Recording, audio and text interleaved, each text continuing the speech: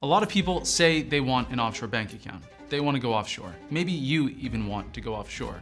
But do you know what that really means?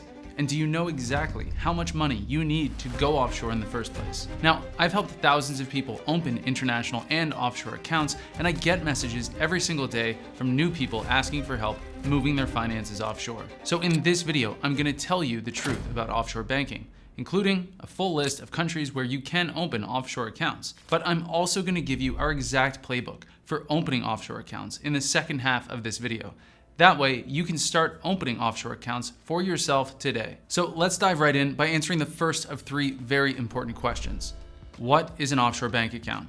Now, I've said this before, if you go to your favorite search engine and you type in offshore banking, you're going to get hit with a long list of countries, the vast majority of which are not offshore. And that's because big name publishing houses and mass media websites that know nothing about offshore banking, they push out poorly researched and poorly written articles telling you that places like Canada or Germany are offshore, but they're not. But other countries like the US, the UK, Singapore, and many more, they do offer offshore banking to foreign non-residents. And listen, this is not rocket science. Offshore accounts are bank accounts that are opened by foreign non-residents in offshore financial centers, places that cater to foreigners and offer a wide range of banking and financial services. Now, I'm going to give you a list of countries that do offer offshore accounts in a second, including a few of our favorite places where you can consider opening accounts today. But first, I do want to answer two more questions. And the next question is, why bank offshore? Now, this is a bit nuanced. It's going to depend on you, your situation, and what you're looking to achieve. But basically, there are two ways to answer this question.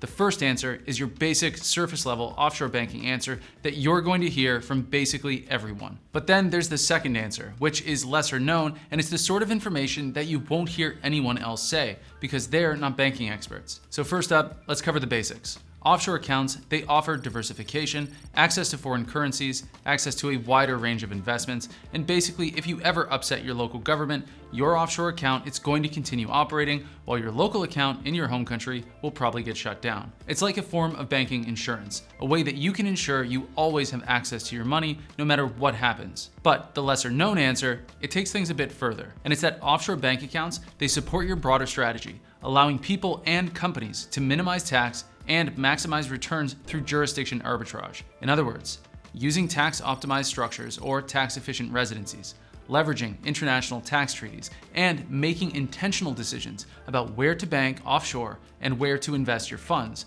in order to protect and grow your wealth in the most effective way possible. This is a very common concept among international families, investors, entrepreneurs, and international business owners. But what does this actually look like in practice? Well, let's say, like most people who want to go offshore, you might be interested in a Swiss private bank account. Great idea. But if you open a Swiss private bank account and then put your cash into a Swiss fixed deposit, Swiss banks will charge you a 35% withholding tax on those gains, which is not ideal. And this is true regardless of where you live in the world. So, what do Swiss private banks do? Well, the good Swiss banks will take your deposit and book it in a country like the UAE, and then place it in a fixed deposit there instead. And that's because the UAE has no withholding tax on gains. This is a very simple example, but basically, by intentionally choosing where to open an offshore bank account, Switzerland, and then invest your funds offshore, the UAE, you can unlock the protection and stability of Swiss banking with zero withholding tax. Plus, you also protect yourself from less desirable inheritance laws that you would be subjected to if you just banked directly in the UAE to begin with, since the account is domiciled in Switzerland. Again, there are a ton of structuring quirks and nuances like this. This is just one very simple example. But the point is, by choosing the right country to bank in and to invest offshore, you're able to unlock multiple benefits that serve your broader goals for yourself and your money. Now, if you're not ready to invest millions or even hundreds of thousands, that's okay. There's still plenty of reasons to bank offshore, especially if you're an expat or someone who's living an international lifestyle, and you're looking for stable banking in a third country. The point is, there are a lot of reasons to bank offshore, but your reasons, they ultimately depend on you and what you are trying to achieve. Which brings me to the third question that I'm going to answer before we start listing off countries for you to consider, which is, who can bank offshore? And the answer is almost everyone. Basically, as long as you are not from a blacklisted, restricted, or sanctioned country, you can open offshore accounts in reputable banking hubs. Yes, there are a few requirements that you will need to meet, such as the initial deposit requirement, supporting documents, and a clear rationale for actually opening that bank account to begin with. But as long as you can check those boxes, you will be able to open accounts. Of course, where you can open accounts is going to vary, because not every bank accepts every citizenship or residency. And in most cases, that is going to be determined by the country. So let's talk countries. More specifically, where can you open offshore bank accounts? Now, before I start rhyming off countries for you, it is important to point out that not all countries are created equal when it comes to banking. Certain jurisdictions offer excellent banking, strong correspondent relationships, sophisticated bankers, strong regulators, and yes, reliable government backing, while other jurisdictions offer low-quality banks, unreliable correspondents, unqualified bankers, and weak regulation. And needless to say, when it comes to your money, you should be looking to open in the highest quality jurisdiction that you can possibly access. So, let's name a few of these jurisdictions. First up, traditional banking hubs in Europe like Switzerland, Liechtenstein, Luxembourg, Austria, and even Monaco could be worth considering if you are seeking private banking with moderate deposits, usually between $500,000 to $2 million, depending on where you want to open. Next, if you're looking for premier banking, places like the Channel Islands, the UAE, Singapore, and even the United States can offer excellent options to choose from for the right clients. And if you're looking for a lower deposit entry into the world of offshore banking, you might want to consider places like Panama, again, the US, or even the Channel Islands in certain instances. Now, obviously, this is not an exhaustive list, and there are many other places to bank offshore, from African banking hubs like Mauritius to other Central American and even European banking hubs that are pretty straightforward to access. It just depends on what you're trying to achieve and your specific profile. Now, speaking of your profile, I realize that you may not want to bank in any of the countries I just mentioned. You might be looking for something completely different. So if you have a specific country that you want to bank in and you want us to make a video on that country, just comment the name of that country below and we'll tally up the countries in order to prioritize which countries we cover first. And now I want to dig into that offshore banking playbook that I mentioned. It's going to include how can you open an offshore bank account as a foreign non-resident and how much exactly it's going to cost you. I've simplified this as much as possible to make it easy to digest in a video, and basically there's going to be 3 key steps. Now, step number 1 is choosing a country.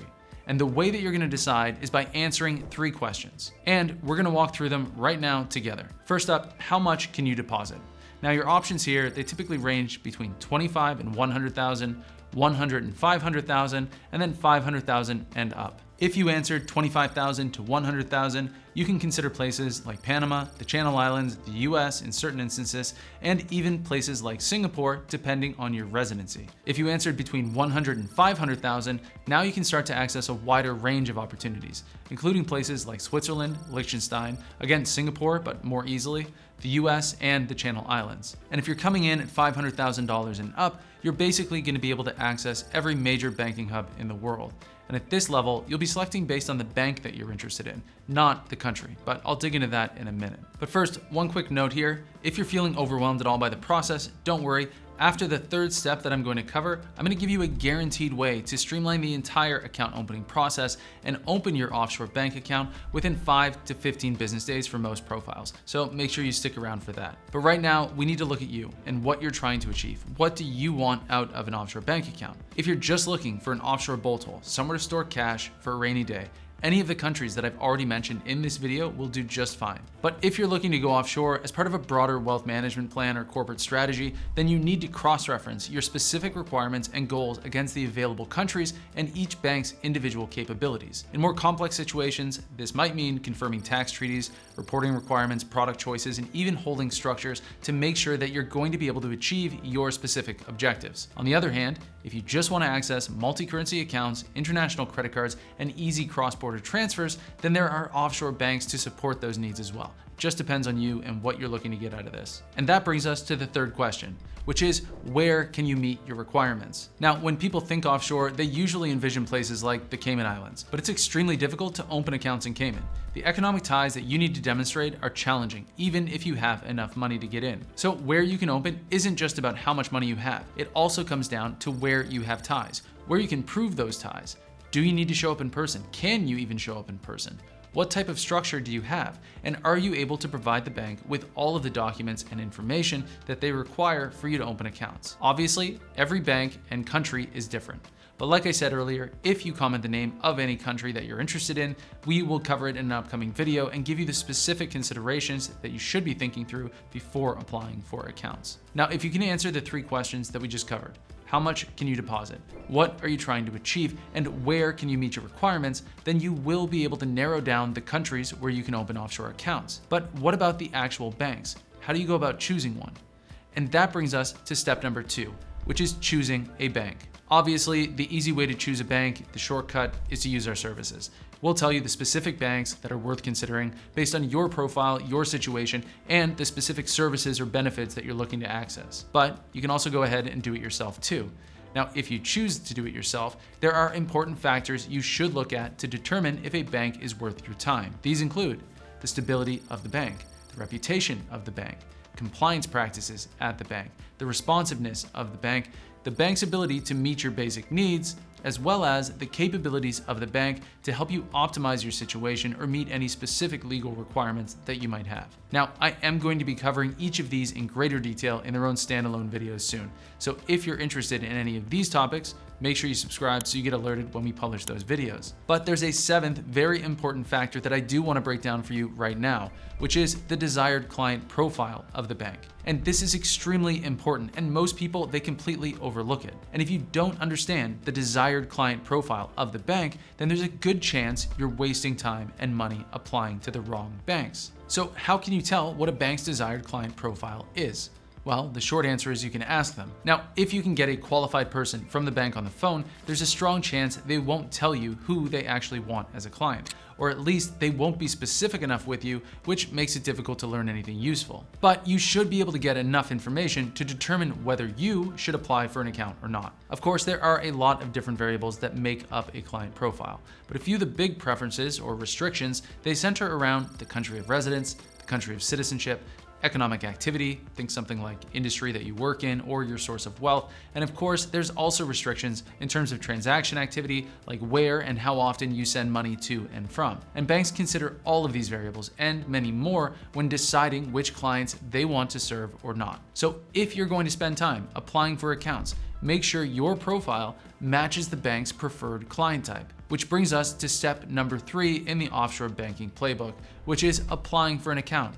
And like I said, in case you're feeling overwhelmed, don't worry. After this final step, I am going to give you a guaranteed way to streamline the entire account opening process from country selection to bank selection to account opening in 5 to 15 business days for most people. But first, applying for an account. Now, the specifics of the application process, they're basically dictated by the bank. So they'll tell you what you need to give them in order to get approved. But the whole process is going to start off with a call, at least if you plan on opening remotely, which most of our clients do. This call is usually a video call with the banker who will be helping you through the onboarding process. It's basically a first date with the bank. They want to get to know you and determine if they even want you as a customer. If the call goes well and the bank thinks you could be a good fit, then you need to submit a completed application along with the required supporting documents. This can include items like a utility bill, employment letter, tax returns, or even audited financials depending on who you are and how you're trying to apply.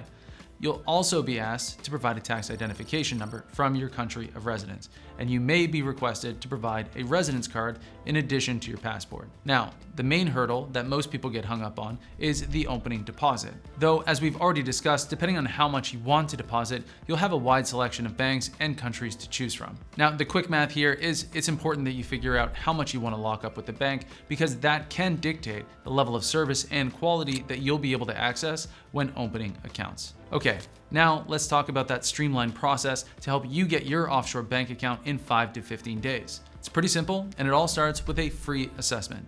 Basically, you fill out and submit a form that covers all of the important details that will determine whether you can open in your preferred country. And then our team tells you if you're eligible to open or not. That way, you don't waste any time applying to banks that don't actually want you as a customer, or in countries where you can't qualify to open in the first place. So if you want to use this free assessment to totally streamline your offshore account opening process, just go to globalbanks.com/apply and fill out the form. and our team will get back to you within 24 hours with a complete assessment of your profile. You can also click the link in the description below. And when you're done filling out that form, come right back here to watch this video where I share a few of the easiest offshore banking opportunities that are available today for both in-person and remote opening. Now, these include places with deposits starting from just a few $100s, and I've outlined 6 countries for you to consider. This includes easy to open accounts in traditional offshore banking hubs, a few easy European banking options to choose from, and the very last country that I share in this video is one that's going to really